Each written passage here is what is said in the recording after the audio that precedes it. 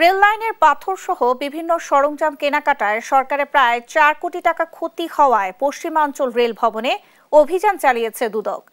বুধবার দুপুরে রেল ভবনে অতিরিক্ত ব্যয় দেখিয়ে সরকারি অর্থ আত্মসাতের অভিযোগে এই অভিযান চালানো হয়।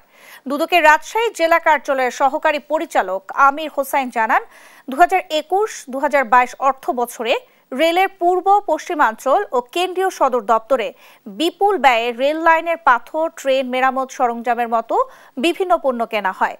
নিরীক্ষা দল তাদের প্রতিবেদনে জানায়, প্রকৃত বাজার দরের চেয়েও রেল বিভাগ 3,92,29,000 টাকা বেশি খরচ করে মালামাল কিনেছে। 2021 সালের সেই অডিট আপত্তি এখন পর্যন্ত রেল বিভাগ নিষ্পত্তি করতে পারেনি।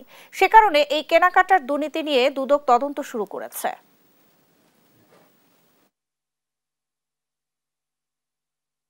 প্রকৃত বাজার দর অপেক্ষা অস্বাভাবিক উচ্চ মূল্যে মালামাল ক্রয় করায় সরকারের 3,92,28,055 টাকা আর্থিক ক্ষতি হয়েছে মর্মে 2021-22 অর্থ বছরে অডিট আপত্তি প্রদান করা হয়।